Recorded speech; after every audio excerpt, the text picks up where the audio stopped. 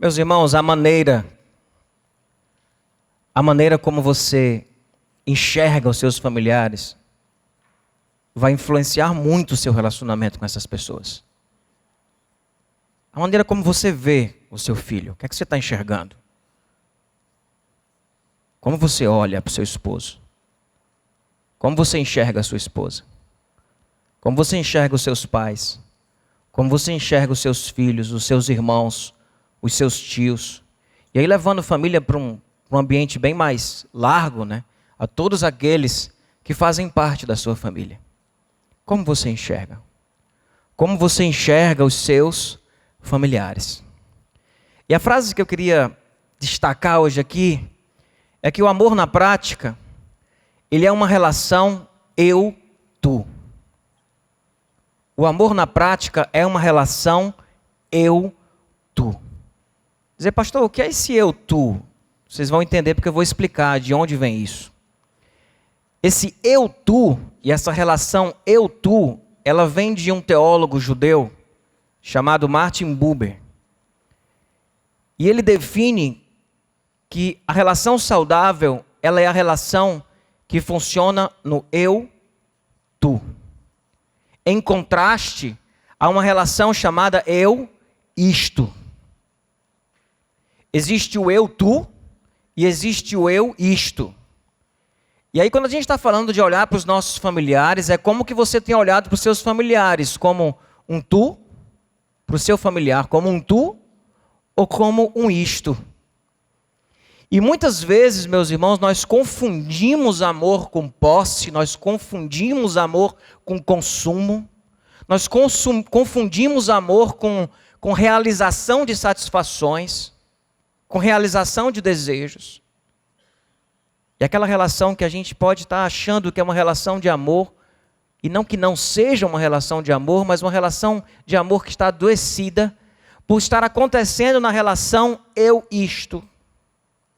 E não numa relação eu-tu. Sempre que nós objetificamos o nosso semelhante, nós coisificamos ele, ele vira um isto. Ele vira um isto. Sempre que nós usamos o nosso semelhante como um meio apenas para atingir um fim, nós estamos numa relação eu-isto. E o que Martin Buber vai trabalhar no seu livro, que é um livro chamado Eu e Tu, ele vai falar que duas pessoas, eu queria chamar esse casal lindo que está aqui na frente, eu nem combinei com vocês não, mas pode vir vocês dois aqui? O Alan e a Jace. Que vocês estão tão bonitos hoje que sobe aqui assim, ó, fica aqui. E estou aqui, Jace. Aqui um do lado, outro do outro. Pronto. Uma relação eu-tu. Uma relação eu-tu. Se for eu isto, ou se for eu isto, estão coisificando o outro. E quando esta relação, ela de fato é uma relação eu, tu, porque eu reconheço no outro, um outro ser, também criado à imagem e semelhança de Deus, com uma história, com uma bagagem, um outro ser amado por Deus como eu também sou amado. Quando nós estabelecemos essa relação eu, tu, Bonhoeffer fala sobre isso e Martin Buber também fala deste espaço sagrado que existe entre nós. E Deus se estabelece no meio desta relação, onde um eu está olhando para o outro como tu, e não como parte de mim e nem como isto. Onde este eu está olhando para o outro como tu. Você tem um nome, você tem uma história, você tem uma vontade, e não como um isto que me ajuda a satisfazer as minhas vontades, não como um isto simplesmente que supre as minhas necessidades. E com essa relação, aqui tem um marido e mulher, mas isso é uma relação entre irmãs, entre relação entre irmãos, entre relação com pais, com filhos, nós olharmos para o nosso familiar como um outro ser. E quando a gente faz isso, o espaço sagrado que existe. E é interessante que a Bíblia diz que o reino de Deus, ele se estabelece entre nós. É dentro de nós e entre nós. Deus abençoe vocês. E que seja um eu-tu bem forte aí. Um espaço sagrado bem gostoso. Dá um abraço aí, vai. Dá um abraço. Obrigado, viu? Mas, pastor, como é que eu sei que é isto? E aí eu vou usar uma palavra apenas, porque esse apenas define o isto, tá? Se o outro existe, seja o teu cônjuge, teu filho, tua mãe, o que for, apenas para te satisfazer, ele está sendo isto. Essa relação é de consumo.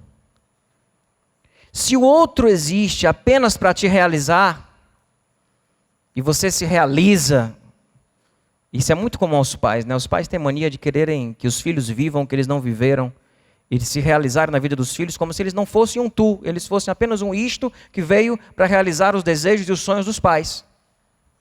Quando os filhos é um tu, que tem uma vontade, que tem uma história, que tem um sonho, que os pais tendem a querer se realizar nos filhos e a projetar nos filhos a vida deles. E essa relação é uma relação de projeção do eu, simplesmente. Quando o outro existe apenas, e eu estou falando apenas, porque não tem nada de errado em o outro existir também para me satisfazer, em eu de si me realizar no outro, mas quando é apenas para isso, ele se transforma num isto. Quando é apenas para ser meu, a relação é de posse. E quando a relação é de posse, a possibilidade de perder atrapalha a relação de uma forma que você não consegue nem viver saudável. Porque você está possuindo algo. É seu. Entende? Se esse outro existe apenas para te ajudar, para ser tua bengala, para ser um tamborete, para você conseguir pular o muro, que você não pula sem um tamborete, apenas. Tem nada de errado em uma pessoa na família ser isso, em um cônjuge ser isso. Mas se ele é apenas para te ajudar, essa relação é uma relação de dependência ou de exploração. Se é apenas para você ajudar essa pessoa, essa relação pode ser uma relação de codependência. E se é apenas para te fazer feliz, achando que teu filho é para te fazer feliz, que a tua esposa é para te fazer feliz, para te tornar pleno, essa relação começa a se transformar numa relação de adoração. E o adoecimento aí é tremendo. É tremendo, tremendo, tremendo. Vou já entrar em Romanos 12, tá? Se a gente olha para o ser humano, ele é o único bicho que quando ele nasce, se você largar, ele morre. O ser humano nasce completamente dependente do outro, completamente sem autonomia. Você vê um cavalo, já nasce andando. Tem uns bichos que se soltam por aí e se cria sozinho. O ser humano não. O ser humano, se ele nascer, ele é o ser que nasce mais dependente, totalmente dependente de um outro ser humano para cuidar dele. Porque se não cuidar dele, ele não sobrevive. Isso é uma característica nossa. Por outro lado, nós nascemos completamente sem a consciência do outro. Completamente sem a consciência do outro. A criança só quando vai chegando aí, mais um ano, 2 anos, vai começando a entender que existe um outro que é diferente dele. Diferente no sentido de ser separado dele. E a maturidade é quando você vai reconhecer o outro, entender que o outro existe independente de você. Tem um escritor que ele diz, eu coloquei essa frase aí para a gente ler, todos nós nascemos narcisistas. E aprender a nos desenvolver a partir do nosso narcisismo é o centro da nossa jornada espiritual. Uma criança de 2, 3 anos, ela está no centro da existência dela. Tudo é para ela, tem que ser para ela na hora que ela quer. E a maturidade é você ir saindo deste centro e encontrando o outro e se relacionando com o outro e buscar essa relação eu, tu. Santo Agostinho vai dizer que o pecado é o estado de estar sucumbido em si mesmo. Que você está ali enfiado em você mesmo.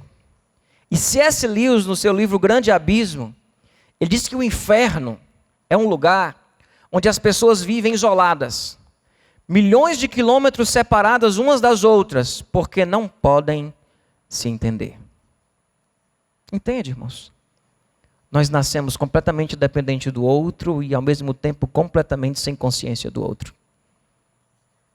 Quando nós vamos ganhando consciência do outro, nós vamos nos apegando a nós mesmos como centro do nosso universo.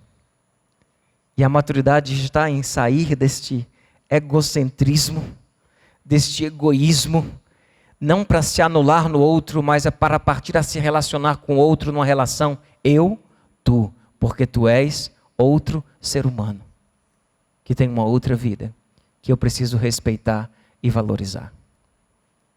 Vamos para Romanos 12? E a primeira coisa que eu queria destacar, ficando claro esse conceito, é que na relação eu-tu, nós enxergamos o valor do outro. Nós enxergamos o valor do outro, o outro como um ser de valor, de muito valor. E um ser que foi criado à imagem e semelhança de Deus, e como eu já falei aqui, que tem sua liberdade, que tem o seu desejo, que tem as suas vontades, que tem as suas particularidades. E quando Paulo está escrevendo para a igreja em Roma, ele se preocupa com isso. Porque sabe que o egoísmo, ele está entranhado na gente. E a nossa tendência é de não valorizar o outro, é de valorizarmos a nós mesmos. Aí Paulo diz em Romanos 12, versículo 3, pois pela graça que me foi dada, digo a todos vocês, ninguém tenha de si mesmo um conceito mais elevado do que deve ter. Mas pelo contrário, tenha um conceito equilibrado, de acordo com a medida da fé que Deus lhe deu. Mais na frente, no versículo 16, ele diz, não sejam orgulhosos, mas estejam dispostos a associar-se a pessoas de posição inferior. De olhar para alguém, Paulo está trabalhando dentro de esse texto não é para um contexto familiar. Ele está falando de um contexto de relação dentro da comunidade de fé. Dizendo aos irmãos o quê? Olha, você tem o mesmo valor de uma pessoa que esteja numa posição inferior. Isso era radicalmente uma ruptura, a quebra de um paradigma. Porque a ideia que se tinha é que se alguém tinha uma posição inferior, ele tinha um menor valor. E Paulo está dizendo, sim, não tenham. Ninguém tenha de si mesmo um conceito mais elevado do que se deve ter. Não sejam orgulhosos. Estejam dispostos a associar essas pessoas de posição inferior. Quando a gente vai estudar e vê que a Bíblia, que todo ser humano, ele foi criado à imagem e semelhança de Deus. De que todas as pessoas são alvo deste amor de Deus, porque elas valem exatamente a mesma coisa, o mesmo valor. E quando nós olhamos para o nosso semelhante, nós precisamos considerar isso. Quem é o mais importante? É como se fosse um retorno àquela palavra que eu dei há 2 domingos atrás, sobre a quem você dá honra. Quem tem mais valor? Quem tem mais valor dentro de uma família? Nós precisamos olhar um para o outro e entender que nós estamos olhando para alguém criado à imagem e semelhança de Deus. Que esse espaço que existe entre nós é sagrado. De que meu olhar para você nunca pode ser um olhar de isto, porque você tem valor, o mesmo valor que eu tenho. Não importa qual é a patente familiar que você tenha. Não importa qual o valor do teu contra-cheque. Nós temos o mesmo valor. Olhar para o outro como um outro, diferente de mim, apartado de mim, mas com o mesmo valor que eu tenho. E vivermos isso dentro da nossa casa. Vivermos isso dentro das nossas relações. Em Filipenses 2:3, eu acho que Paulo sabia tanto que o egoísmo estava tão forte que ele diz: nada façam por ambição egoísta ou por vaidade, mas humildemente considerem os outros superiores a si mesmo. Dizer, pastor, mas considerar o outro superior não é igual, mas será que Paulo não está aqui fazendo um contraponto ao nosso egoísmo? E se cada um for considerar o outro superior, a gente não vai encontrar uma relação mútua de honra e de valorização do próximo? Não vai ser uma relação mútua?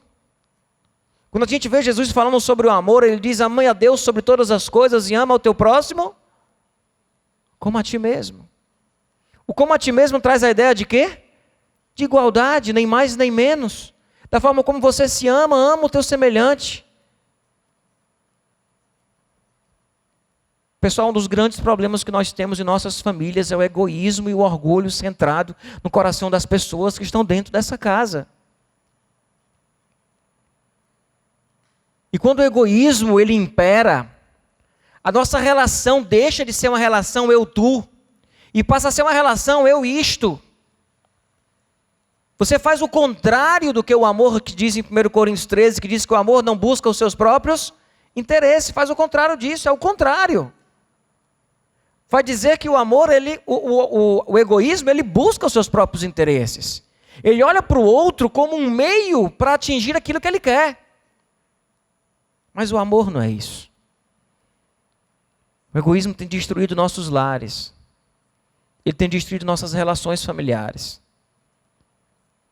E a gente vai abrir mão disso, olhando para o outro como um ser que tem um valor, que não pode ser usado por mim para satisfazer as minhas próprias necessidades. Que ele não é uma coisa, que ele é um outro, ele é um tu, e precisa ser respeitado como esse tu. Agora eu queria fazer um destaque aqui. Cuidado com a relação isto-tu. Eu estou fazendo um contraponto aqui com o Martin Buber. O que é o isto-tu? É quando você reconhece o outro como tu, mas você se coloca como isto. É o contrário, entende? Quando você se coloca como isto, como você não enxerga o seu valor, como você se entende como um isto que serve ao outro. E isso também é muito adoecedor em nossas relações. E quando eu falei das relações de adoração, quantos casamentos, meus irmãos, eu já vi acabarem? Porque pessoas, mulheres, colocaram seus esposos no altar. Ou homens que colocaram as suas mulheres no altar. Se tornaram o isto para o tu. Se anularam completamente. E chegaram uma hora onde disseram, eu não aguento mais. Se você é o isto, comece a aprender a ser o eu. E se você olha para o outro como isto, comece a aprender a olhar para o outro como um tu. Um ser humano de muito valor, muito especial para Deus, que precisa ser cuidado desta forma. A gente às vezes acha que as nossas relações abusivas, nossas relações que a gente está explorando o outro ou usando o outro, elas acontecem fora dos nossos ambientes familiares. Porque, afinal de contas, dentro de casa, a gente se ama. Mas não é verdade. Muitas vezes nós estamos dentro da nossa relação conjugal, estamos dentro da nossa relação familiar, tratando o outro como isto, ou sendo o próprio isto e aceitando esse lugar de isto. Quando na verdade nós precisamos resgatar essa relação, onde nós vamos estar olhando para o outro, ninguém tenha de si mesmo um conceito mais elevado do que deve ter. Não sejam orgulhosos. Mais à frente o texto volta a falar sobre isso. Mas eu queria passar para o próximo tópico. Na relação eu-tu, nós também enxergamos a singularidade do outro. Porque ele é o outro. O seu filho, ele é parte de você? É uma parte de você? Ele é um outro. Ele é um outro. Qual foi a parte de você que foi? Ficou faltando o que aí? Ele é outro, ele foi gerado por Deus, usou cada um de nós que somos pais como instrumentos, mas ele é um outro.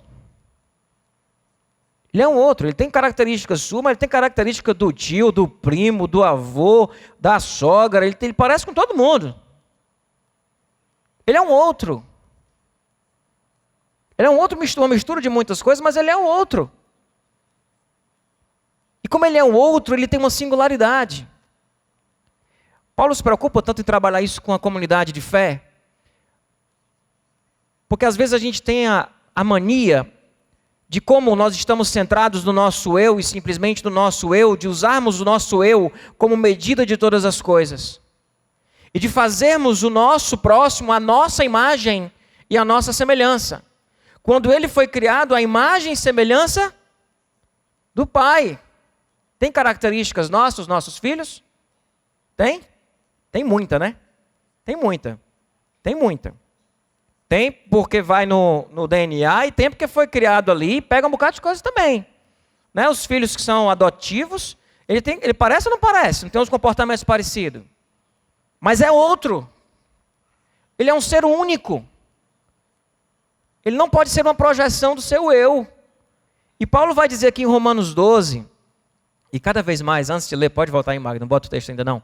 Cada vez mais eu me convenço de que se nós usarmos os princípios do Evangelho, e usarmos os princípios do corpo de Cristo, e aplicarmos esses princípios do Evangelho e da igreja, do corpo, do ser corpo de Cristo, aplicarmos isso dentro da nossa casa, a gente vai viver uma revolução nos nossos relacionamentos familiares, de cura, de restauração, de plenitude. Pega os valores do Evangelho e pega os princípios do corpo de Cristo e aplique isso dentro da sua casa. Às vezes fica pregação sobre família, né? Vamos pregar sobre família. Vai falar o que sobre família? O que a Bíblia fala sobre família? Tudo que você falar sobre o corpo de Cristo, aplique dentro da família que vai ser uma bênção. Tudo que você entender do Evangelho, aplica isso dentro da tua casa, que vai ser uma bênção, a tua casa vivendo e respirando os valores do reino e do Evangelho. E aí vou agora aos princípios do corpo de Cristo. Que isso funciona para a nossa casa. Olha o que diz Romanos 12, 4. Assim como cada um de nós tem um corpo, como muitos membros, e esses membros não exercem todos a mesma, nós não somos iguais. Assim também em Cristo, nós que somos muitos, formados um corpo, uma família, a cada membro está ligado a todos os outros. Há uma interdependência. Não é uma coisa desconectada, é um tu, é um eu-tu, mas é um eu-tu que faz um nós. Mas o nós não deixa de existir o eu e o tu. Não está desconectado, nós estamos ligados. E ele diz no versículo 6, temos diferentes dons de acordo com a graça que nos foi dada. De acordo com a graça que nos foi dada. Qual é a imagem que precisa ser colocada como padrão dentro da sua casa? A imagem de Deus. E não a imagem de alguém que se auto-intitulou como o padrão e passa a assassinar singularidades a partir da projeção do seu eu, criando seres a sua imagem e a sua semelhança. É a nossa vontade de ser Deus, de fazermos os nossos familiares a nossa imagem e semelhança, a pensar como você pensa, a agir como você age, a se comportar como você se comporta. Porque você está querendo padronizar ele a sua imagem e semelhança. E aí o jeito que você faz, às vezes, pessoal, tem 10 jeitos de fazer a mesma coisa. E a gente muitas vezes quer transformar o nosso jeito no padrão. Nossa maneira de lidar com os problemas no padrão. Nossa maneira de administrar o dinheiro como padrão. Porque definimos que esse é o melhor. E vamos passando por cima de singularidades sem perceber. Lá na frente, um filho, um esposo ou uma esposa, começa a precisar dar um grito de liberdade e dizer, por favor, deixem eu ser eu mesmo. Porque, na verdade, eu nem sei mais quem eu sou.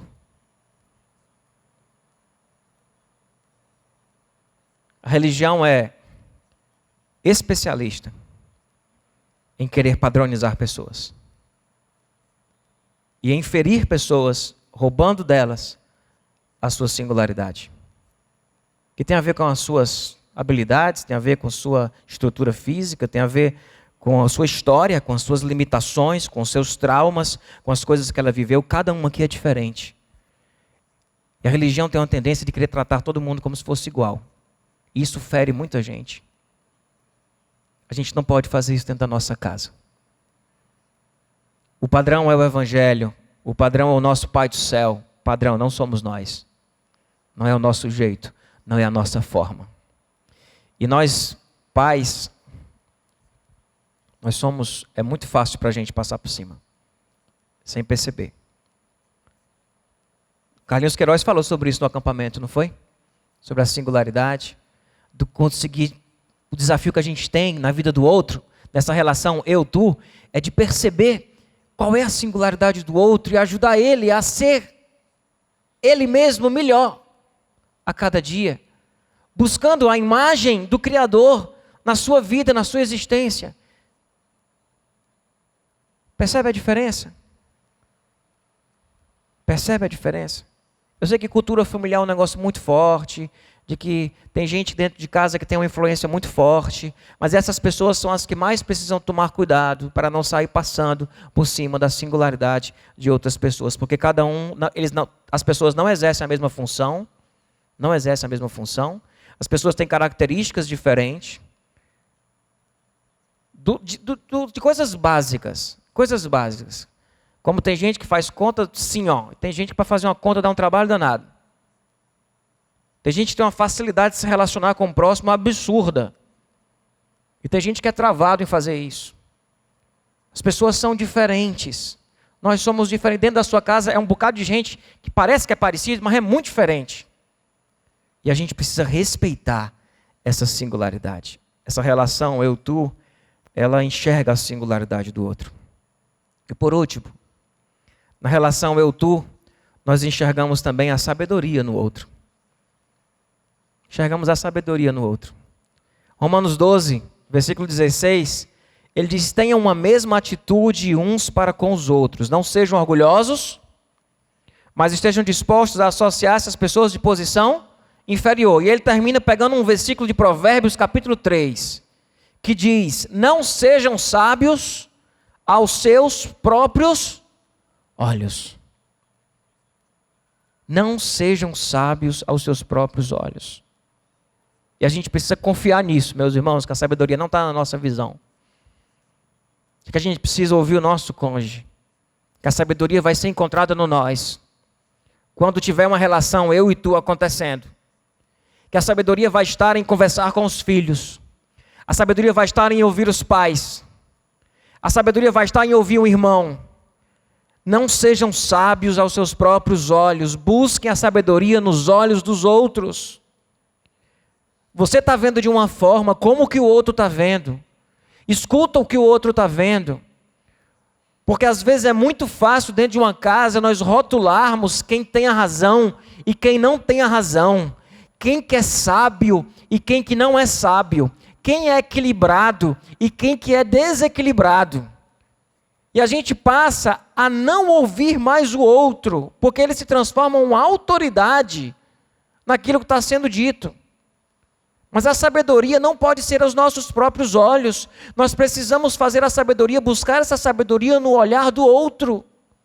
Não é isso que a Bíblia diz? Que na multidão de onde vem a sabedoria? É na multidão de conselhos. Nós encontramos a sabedoria. E a multidão de conselhos, se vier vem dos mesmos olhos? Não é essa a ideia do texto. Não são vários conselhos da mesma pessoa. A ideia do texto não é essa. Não é que você vai ouvir aquela pessoa e escutando muito conselho daquela mesma pessoa, você vai encontrar sabedoria. A sabedoria vai em buscar o olhar do outro, a visão do outro, para juntos nós construirmos uma realidade de sabedoria. Interessante, meus irmãos, que as igrejas batistas, elas têm esse princípio, assim, quando parte para a decisão democrática. Porque é de dizer o quê? O que é que a gente entende? Que a sabedoria não está no olhar do pastor, nem do presidente da igreja, nem do líder, mas que essa sabedoria ela está no olhar do corpo. Por isso as decisões são tomadas partilhando com pessoas, ouvindo a opinião das pessoas. E a igreja, ou a comunidade, ou a empresa, ou a família, que tiver alguém que é o detentor da visão de sabedoria, esta empresa, esta comunidade, esta fé, esta empresa, esta família, ela vai sucumbir. Porque é na multidão, é no olhar dos nossos olhares, na junção dos nossos olhares, que a gente vai encontrar uma sabedoria. Então o texto diz, não sejam sábios aos seus próprios olhos. Não sejam sábios aos seus próprios olhos. Quem já ouviu uma palavra de sabedoria vindo de uma criança? Quem já ouviu? Ninguém aqui? Quem já ouviu uma palavra de sabedoria vindo de uma pessoa com menos instrução? Demais. Demais. Mas enquanto nós ficarmos presos a sermos sábios com os nossos próprios olhos, nós vamos só ferir as pessoas, passar por cima da singularidade delas. Nós vamos olhar para ela como isto e um instrumento de você construir uma família feliz. Tem gente que é tão alucinado por ter uma família feliz que ele usa as pessoas da família dele para fazer uma família feliz. E no final essa família nem é feliz, porque o cara está morto de feliz ou ela está morta de feliz, mas o resto tudinho está infeliz com a felicidade dele. Porque ele estabeleceu um padrão, diz, vamos fazer isso aqui feliz, e ser feliz é assim, e vamos ser assim, e no final nem é essa felicidade. Foi alguém que se transformou feliz, realizou o seu próprio sonho, sem parar para pensar quais são os sonhos das pessoas que estão vivendo dentro da minha casa. Essa coisa de que os pais sabem o que é melhor para os seus filhos, não sabem. A gente quer saber, mas a gente não sabe muitas vezes. Quantos filhos? Você talvez seja um filho desse, que não fez o que seu pai falou e deu certo. Se tivesse feito o que ele falou, você estava todo quebrado. A sabedoria não está nos mais velhos, nem nos mais novos. A sabedoria está no olhar de todos juntos e principalmente no temor do Senhor, que é o princípio da sabedoria. Que Ele seja a imagem, que seja o reflexo dentro da nossa casa, onde as pessoas vão buscar esta imagem de Deus, restaurar esse ímago Dei, essa imagem e semelhança de Deus que foi adulterada. Que não tenha nenhum deusinho dentro da sua família, que estão tornando os outros a sua imagem e semelhança. Que nós possamos viver isso. E o amor na prática é viver essa relação. Eu, tu. Eu e você. Martin Buber, quando usou esse eu, tu, ele usou o tu em inglês, ele não colocou o you. Ele colocou um you bem antigo, que era um THOU, que é uma escrita clássica do inglês, que era usada muitas vezes apenas nos textos bíblicos, alguns escritos de Shakespeare. Ele usou esse tu clássico, esse tu que muitas vezes era usado para falar de Deus. Tu, ó Deus, era usado esse tu em inglês, não era you. Fazendo uma referência de que este tu, ele é sagrado. E ele deve ser respeitado, porque ele é alguém que foi criado à imagem e semelhança de Deus. Amém, irmãos? Queria que você baixasse sua cabeça agora. Deixa eu chamar o Gleidson aqui. E a gente vai ter um tempo de oração.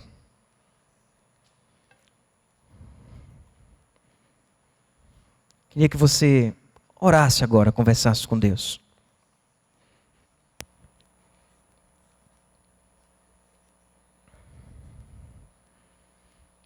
Perguntasse, Pai, pergunte para Deus. Senhor, eu tenho coisificado pessoas na minha vida. Eu tenho passado por cima de singularidades para imperar a minha vontade, meu estilo, meu jeito.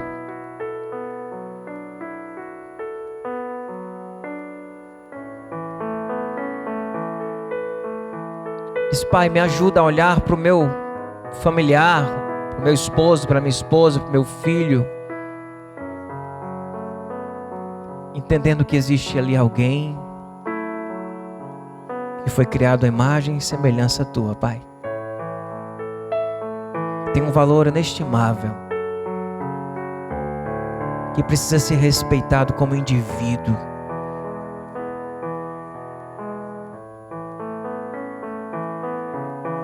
Me ajuda, Pai, a respeitar a singularidade das pessoas. Diga: Pai, eu não quero ser o Deus da minha casa. Pai, eu não quero ser Deus da minha casa. E não quero fazer pessoas à minha imagem e semelhança.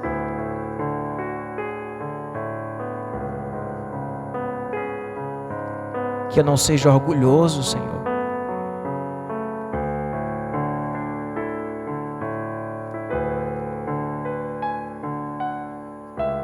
Que eu não seja sábio aos meus próprios olhos. Me ajuda a acolher o olhar do outro e encontrar sabedoria também nesse olhar. Tira os rótulos, Pai, de dentro da minha casa. Os rótulos que nós colocamos nos outros, que nós mesmos colocamos em nós mesmos. Nos torna mais humildes na nossa relação familiar. Não permite, Pai, que nossas relações sejam destruídas pelo nosso egoísmo.